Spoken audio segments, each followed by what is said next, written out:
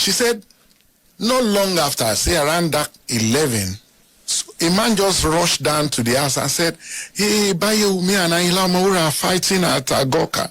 And she said, she left what she was doing and she was. And that before that time, Ayinla Omowura's first child, Kuburat, had come to look for her father. She was married then and was lying on a bench at a place where the day after her father was eventually buried. So on the same spot, I think that's dramatic irony. So she was lying on the same spot. And then immediately that man who raised the alarm came. The first thing Kubura said, I hope Bayewumi has not killed my father. So the Ayinla Omowuras must have understood it too. Exactly, and they used it effectively. However, I also tell people that what killed Ayinla Omowura? Festus Adedayo in the book described Ayinla Omowura as the most evocative musician who sang in Yoruba language. Festus used the repertorial narrative in telling the story of Ayinla Omowura in his book. His name is Ayinla Waidi Yusuf. At the beginning, he appealed mainly to the lowly class of artisans, many of whom were illiterate. He sang the praises of bricklayers, butchers. Ayinla Omowura is the man we are talking about. His father was nicknamed Bubolowo. He was a blacksmith. He was a hustler. Ayinla Omowura never had formal education, but he was locally intelligent, vibrantly intelligent. In fact, he was educated informally. He started out working in his father's smithy. Ayinla Omowura worked as a driver, a butcher, a carpenter, and a bus park boy before venturing into music. He was discovered by Adewale Alao, who later became his lead drummer. So the drum is Akpala. Akpala is the drum. It is the story of Ayinla Omowura. He feuded with musicians like Haruna Ishola, Ayinde Barrister, Fatai Bayewumi, Yusuf Olatunji, and Dauda Ekbuakara. He fought with all of them. That was music as a fight for supremacy. When he was alive, Ayinla Omowura had quick temper. He engaged in marijuana and physical altercations. Remember, he was unlettered. But he was lettered in the traditional sense, not by writing letters, but by speaking letters. He was enlightened about current events. He had a command of puns, proverbs, innuendos, and metaphors. Ayinla Omowura was a social commentator. He was a moral instructor. He sang about government policies and the reactions of the masses. Ayinla Omowura died on the 6th of May, 1980, 45 years ago. That was when he died. Bayewumi will kill me, he said. Bayewumi will kill me. The Ayinla Omowuras must have understood it too. Exactly, and they used it effectively. However, I also tell people that what killed Ayinla Omowura wasn't because he was steeped in traditional metaphysics. What killed him was, if you read this book, of course, I dedicated a chapter to his death. And as I said, I did what an anthropologist would do. And I went ahead to also give it a reportorial slant. Of course, different versions, the ones that were contradictory, I pointed out the contradictions, and then I held on to what I felt was logical. People had so many theories about why he died. And the one I found very, very instructive was the one given by a woman called Iyagba.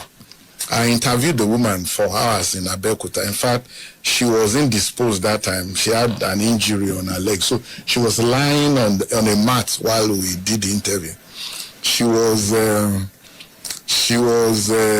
fact, Ayinla sang her praises in his songs. She had a child for him. That boy, of course, the traditional mark, the tribal marks that every firstborn of Ayinla, must have. That boy had it on his cheeks. So the woman told me that, and it was astounding. She said she would not agree that it was Fatai Bayewumi who killed her husband. Her husband. I said, how do you mean, madam? He said, in fact, she began by saying, Astagfirullah, that God forgive me. I don't believe it was Bayewumi who killed Ayinla Omowura. I said, how do you mean? He said, Ayinla knew he was going to die. I said, how did you mean? He said, about 3 different groups came to him weeks before he died and told him that they saw vision that week that he died, he should be extra careful. He said there was a group from the north that met him and told him that from what they saw, visions that were unimpeachable, pointed to the fact that his death was nigh and that it could be avoided if he did some sacrifices. Ayinla Omowura thanked him. And the people told him that their own part of the sacrifice, they would do it. The woman told me that Ayinla Omowura never did the sacrifice until he died. So some other groups in Abeokuta came to him. They foresaw that danger loomed ahead. In fact, I was also told that his spiritual advisor, Agbejapa Oba, it was Agbejapa. He was the priest of Ijapa Oba. Although later he called him Ayinla Agbejapa Ibure. He was a priest of Oba. But later, the Igbore people said that, look, he wasn't an Oba priest. He should actually be a priest of Igbore. So, Ayinla Agbejapa Ibure also foresaw that death was lurking around Ayinla Omowura. And they said that some also told him never to fight anybody. That if he fought anybody, the person could die or that he would die. He was also quick-tempered. He was extremely quick-tempered. In fact, his brother, Dauda Ekpakara, were latter days revelation when Ayinla Omowura died. And Dauda Ekpakara wanted to take over. There was a contest between him and Ayinla's son, Akim, on who would take over Ayinla Omowura's band.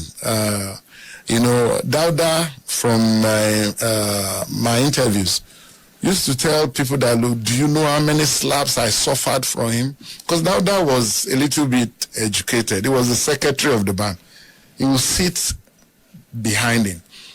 So he would be reading from the names that needed whose praises he needed to sing.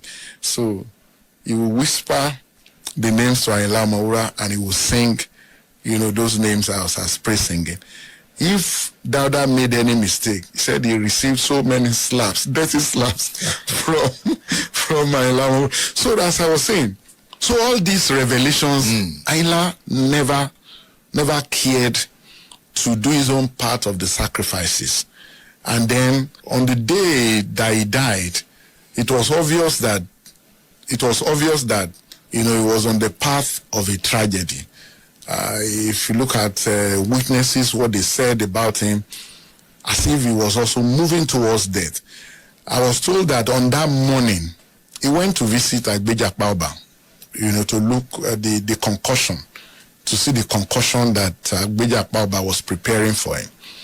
And one of the children of Agbeja Baoba I interviewed said, immediately Ayinla left his father that morning, his father started crying.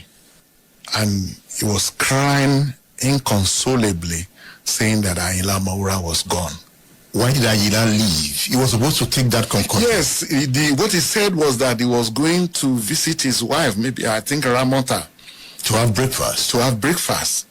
It was while he was having that breakfast that somebody called him to say that Bayewumi was in Sikiratu Adekola's bar at Agoka. Before we look at that bar brawl, let's talk about Bayewumi. He was the manager of the band. Yeah, Bayewumi was the manager of the band. From my research, he dropped out at standard 5. He was a very tall man. He was about 6 feet 2 or 3 inches. Used to have, there was this way of barbing, that they would part the hair aside. He had parting, so they could call it parting those days. Had parting, was handsome, tall, a ladies' man. His father was a sanitary inspector. I think it was his grandfather. Grandfather was a sanitary inspector in Abeokuta, was well respected. His father was also doing well in his own right. And then when they wanted him to take up the sanitary inspector job, I can't remember now if he eventually became a sanitary inspector. But at some point, he now took up an insurance company's job in Abeokuta. So he became an insurance, maybe a canvasser or something. However, they said he stole some money. He was accused of stealing money from that insurance company. And to avoid being arrested by the police, he ran to the north, either Jos or so. So in the course of Ayinla Omowura going to play music in the north, one day he saw Bayewumi, at the show, and they hugged each other, and he said, Bayewumi, what are you doing here? Now you are educated, why don't you come and join our band and be our manager? The man told him that he still had money that they were hounding him for, and Ayinla Omowura promised to pay that money. My research confirmed that Ayinla Omowura paid that money, and Bayewumi came back to Abeokuta. Before then, Ayinla Omowura and Bayewumi had known each other for years. The son of Bayewumi I interviewed said, in fact, those days when Ayinla Omowura started his music, he said he used to sing what they call Seli. Seli is a combination of broken bottles, beer bottles, to provide a medley of rhythm. So they will be serenading rich men who were having nice time at beer parlor or in their house. They are gathered, those rich men gathered, drinking, eating, meat. So Ayinla Omowura will come and be serenading them. That was what the son of Bayewumi told me. And that, in fact, the son alleged that the first damask agbada that Ayinla Omowura was wearing, that was used as the cover picture of his album. That it was his father who gave Ayinla Omowura that clothes. So Bayewumi came and became the manager of Ayinla Omowura's band and brought a lot of innovations. If you wanted to invite Ayinla Omowura to a gig, you will pay. Bayomi was the one you meet as the manager. He will tell you what the band needed, the money you needed to pay.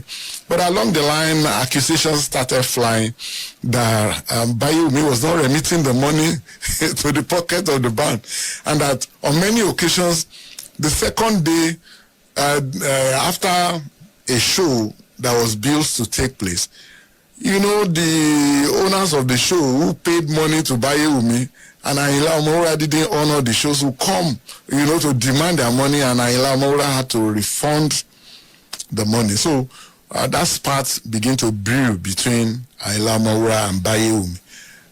But there was no doubting the fact that it was the closest to Ayinla Omowura, brought innovations to the band. There was a particular day which I got confirmation about from different sources. I got the confirmation from Adewale Oniluola, Ayinla Omowura's lead drummer.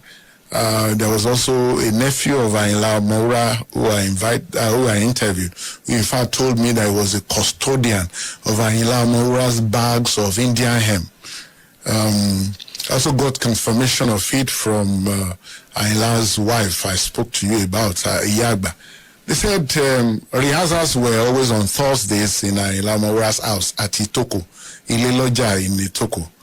And that this particular day after rehearsal, they sat in Ayinla Omowura's sitting room. And Ayinla Omowura said that one of you will kill me. Like Jesus Christ. Like Jesus Christ. One of you will betray me. One of you will betray me and kill me. Baba Adewale Oniluola, who was about 90-something around that time when I interviewed, he said he was astounded, and he said, Ayinla, what nonsense is this about you dying? What could... And Ayinla Omowura told him that he meant what he said, that one of you will kill me. And then Adewale Oniluola now said, the way we say it in Yoruba land, be a maybe, is it me who will kill you? Ayinla Omowura said no. Of course, the others took a cue, and they were asking him, be a maybe? Be a maybe? He would say no. And when he came to Bayomi, he said, you are the one who will kill me. He said it in Egba. They said, Iyagba, Ayinla's wife, who was downstairs, said as the others, as members of the band were going home, he said he saw a downcast Bayomi, and she asked him, why are you downcast? I said he would have to go away from Ayinla Omowura. She said she was shocked and said, you are the one providing form and the way forward to this band. If you leave this band, then you are literally going to kill the band. He said this was what Ayinla Omowura said, that he was the one who would kill him, and that so that revelation would not come to pass, he needed to move far away from Ayinla Omowura. So by this time, he has already bought him that CD machine. Yes, he had bought. So before then, I was told that Bayewumi demanded a car as a manager from him, but he said he couldn't afford a car at that time. Don't forget that whatever Ayinla Omowura needed that time, EMI will provide it. Cars, whatever. EMI was his record label. In fact, when the first Mercedes-Benz that EMI bought for Ayinla Omowura, when it had an accident, almost immediately, it was a total wreck. Almost immediately, EMI provided another one. That was when he sang, Emma Fiyomi Omara Ayemesi Tunde, Nishoju Elegan Nigboro, àwọn ọlọ̀tẹ̀ wọ́n ṣe bò wọlẹ̀ ẹ wá wà Ayinla bó ṣe ń jayé. That look, the evil people thought that was my end, that I have a brand new replacement which I'll be using to cruise about. So indeed, Ayinla Omowura now bought him a CD under motorcycle. As at that time, you remember how it was like a power buy. Yeah. The CD. CD 175, CD 195. Yes, exactly. So that was the motorbike that I learned Ayinla bought for him. In fact, Baba Adewale Oniluola told me that it was bought from the band's proceeds. That it wasn't as if Ayinla Omowura dipped his hands inside his pocket to buy the bag. So it was so Ayinla Omowura couldn't, solely claim to be the owner of the bag. Even though he was the leader of the band, but it belonged to the old band. But I don't really brought him into Yes, please remind me. I will tell you that story as well. So after that, Bayewumi refrained from associating with Ayinla Omowura. So he went away with the CD machine. And then I learned that Ayinla Omowura was sending messages to him to return his bike if he wasn't going to continue with them. And that was when he sang that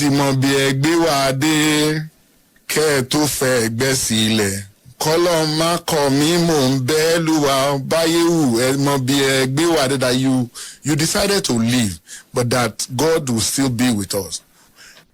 It is the story of Ayinla Omowura on Splash 105.5 FM, the Integrity Station. Life and Times of an Akmala Legend. It's a book you should read, written by Dr. Festus Adedayo. Festus Adedayo has told the full story of Ayinla Omowura in the interview I had with him. I'm bringing you just part 2. If you want to listen to the full interview, subscribe to my YouTube channel, Edmondo Bilo. The interview is there. The interview is about 2 hours, 30 minutes. Festus Adedayo is the storyteller. When Bayewumi left, I learned few days after he left. In fact, one of the band members of Ayinla Omowura that I spoke with said they had that issue on Thursday when he said it was Bayewumi that would kill him.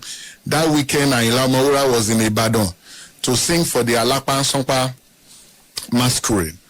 And that was when his absence was actually noticeable among the band members. But so he kept away.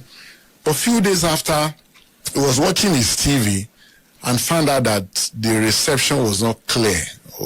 So he had to climb upstairs, to the top of the roof to reset the antenna. In the process of resetting the antenna, he fell and broke his leg. So he was able to, so that's actually perfected that absence. I think they said he was absent maybe about 1 or 3 months. I can't remember now. So he was out, and during that period, Bayewumi's son told me that though his father, Bayewumi, sent people to Ayinla Omowura to ask him for money to treat himself, that Ayinla never responded. But the nephew of Ayinla Omowura that I spoke with, Atonda is his name, told me that his uncle was actually sending money, towards treating Bayewumi. So, unfortunately, on the day he felt he had recuperated and was good enough to, move out, so he left his house and went to Sikira 2 Adekola's beer parlor at Agoka. It was around 11 a.m., between 11 a.m. to 12 p.m. So he had a walking stick with which he propelled himself and then got to the beer parlor. When he got there, he said a member of Ayinla Omowura was also there. Perhaps it could be one of the members who was acting as an underground spy. So they were there because they said Ayinla had left a message that any member of the band that I saw associating with Bayewumi would take his exit from the band. So we got there. I was told that Bayewumi used to drink Gulda. In fact, it was Gulda that Ayinla Omowura used to drink too, but they said he was a poor drinker. That was the one that shocked me the most. He wasn't a drinker that he could spend 2 or 3 hours drinking one bottle of beer, one bottle of Gulda. Well, he smoked a lot of marijuana. He smoked a lot of marijuana. In fact, there was a day he smoked marijuana and entered the court I was told the judge had to say, where the hell do you think you are? Get out of here. Because he didn't see anything wrong in smoking in the inside. It was another fella. It was another fella. Oh no, there was a particular day he and fella met at a Phonodisc in Ijebu Igboye. The band member who I spoke with said they hugged each other, and a fella was saying Egbo me, and they were so happy to see each other. Don't forget that the two of them were one of the greatest Egba musicians of the period. So they got to, so he was drinking at the beer shack, and on the other side, somebody had gone to tell Ayinla Omowura that the man he was looking for was right there. About 7 or 8 days before then, Ayinla had lodged a complaint at the police station in Abeokuta that Bayewumi was in possession of his bike and he needed to retrieve it. So he had lodged a complaint there. And so they said Ayinla left the food he was eating in the company. I think it was that Komolafe. There was another man called Komolafe who came to tell him. So the two of them entered his 504 Peugeot car, driven by one, I've forgotten his name now. His driver was from Ibadan. Ayinla Omowura's driver was from Ibadan. Was an Ibadan man. So he told the driver to drive quickly to Sikira to Adekola's beer parlor.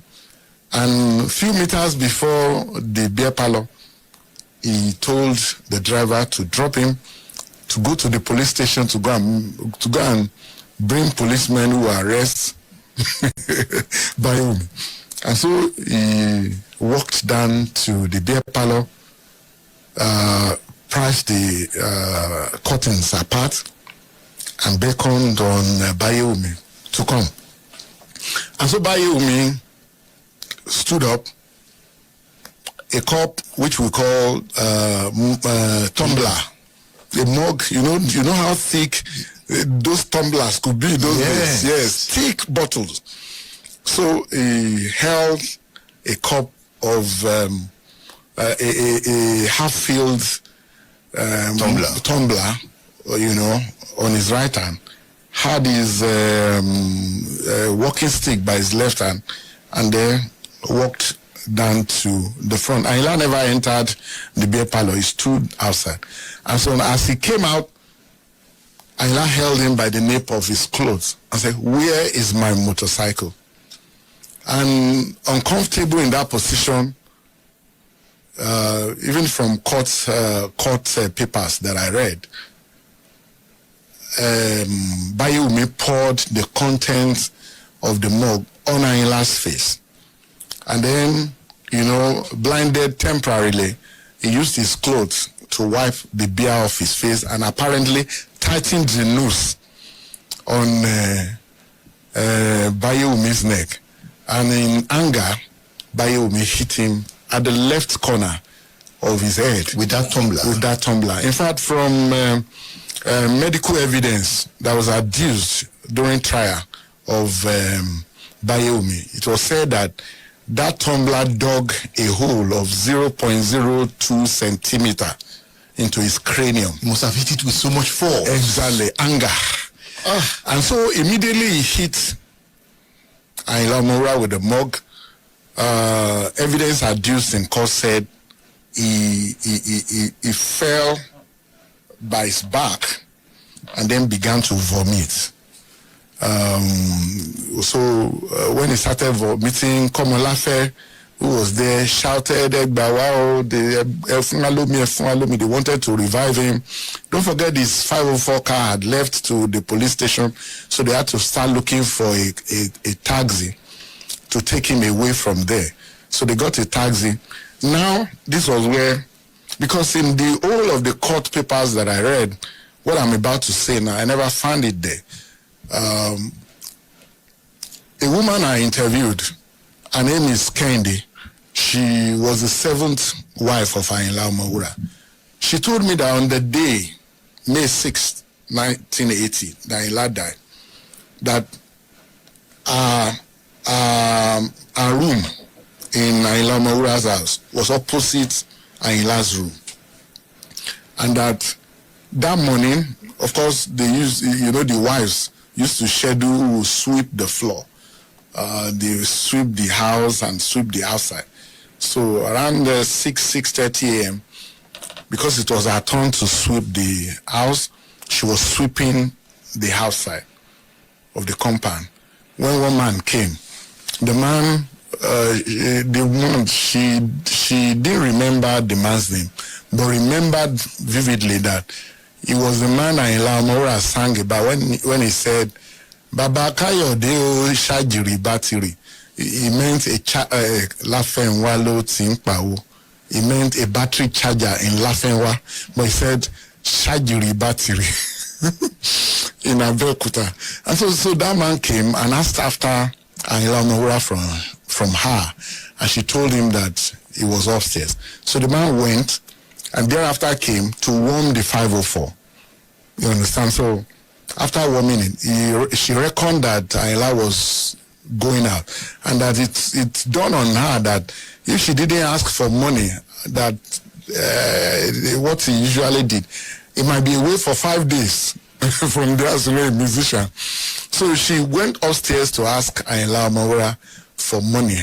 She said Ayinla Omowura gave her mint notes that even when Ayinla died, she couldn't spend that money for years. She was keeping it and looking at the money. Was it not the man who gave me this money? So thereafter, she said Ayinla gave her his trousers to fix the rope, the rope for Shokoto. That she fixed it, Ayinla Omowura left with the man. She said, not long after, say around that 11, so a man just rushed down to the house and said, hey, Bayomi and Ayinla Omowura are fighting at Agoka. And she said, she left what she was doing and she was. And that before that time, Ayinla Omowura's first child, Kuburat, had come to look for her father. She was married then and was lying on a bench at a place where the day after her father was eventually buried. So on the same spot, I think that's dramatic irony. Mm-hmm. So she was lying on the same spot, and then immediately that man who raised the alarm came. The first thing Kubura said, I hope Bayewumi has not killed my father.